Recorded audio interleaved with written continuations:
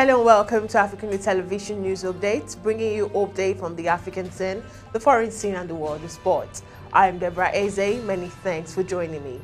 We begin from the African scene, where Gambian President Barrow was sworn in for a second term on Wednesday at ceremonies near the capital Banjul. Barrow's first election in 2016 put an end to more than 20 years of Yahya Jammeh's rule over the tiny West African nation. The former property developer was re-elected in December, winning 53% of the vote.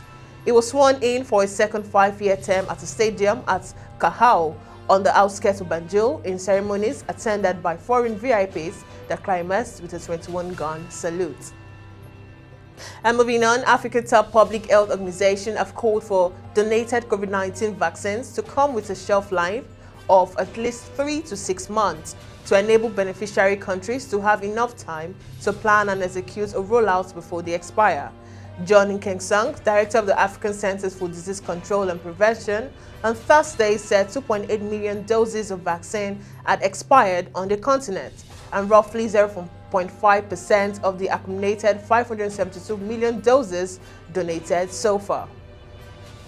And then in Libya, the head of Libya's National Oil Corporation made a rare appearance on Wednesday, denouncing a lack of state investment. Mustafa Sanala mentioned the dilapidated network that required regular servicing.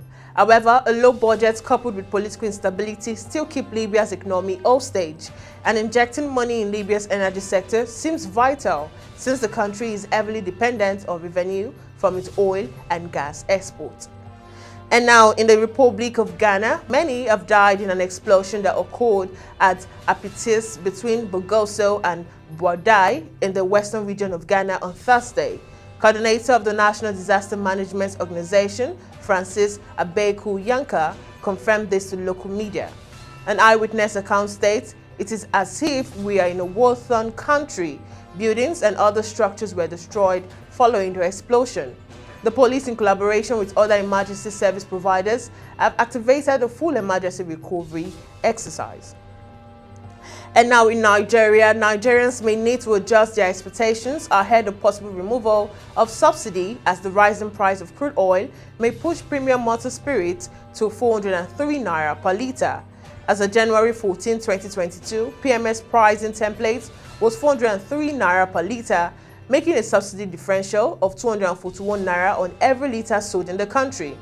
According to the estimate, petrol per litre is 349 naira from country of import, but fringe and landing costs push the figure to 384 naira per litre, while distribution margin and bridging fund in transport logistics further push the cost to 403 naira per litre. And still in Nigeria, the National Economic Council has said it will take a decision on petroleum subsidy removal in June, when the 6-month period for subsidy payment in the 2022 budget elapses. NEC, comprising Vice President Yemi Osinbajo and state governors, among others, stated this as its first meeting for the year at the Presidential Villa, Abuja, yesterday. The council stated this as a former head of state, General Abdulsalami Abubakar, retired, and the Senior Staff Association of Nigerian Universities strongly warned the federal government against removing the subsidy, saying it will worsen poverty in the country. The warning came amid conflicting reports on whether the federal government will fully deregulate the downstream sector by removing fuel subsidy in February or not. And now on to the foreign scene. The top diplomats of Russia and the United States were to meet in Switzerland today to discuss soaring tensions over Ukraine after a flurry of meetings between officials on both sides in the last week produced no breakthroughs. U.S. Secretary of State Antony Blinken arrived in Geneva for talks with Russian Foreign Minister Sergei Lavrov following a swing through Europe to show up U.S. allies to hit Russia with sanctions if it goes ahead with an invasion of Ukraine. And meanwhile, German Economics Minister Robert Habeck wants to engage Russia economically by cooperating on renewable energy supplies to help de-escalate tensions over Ukraine.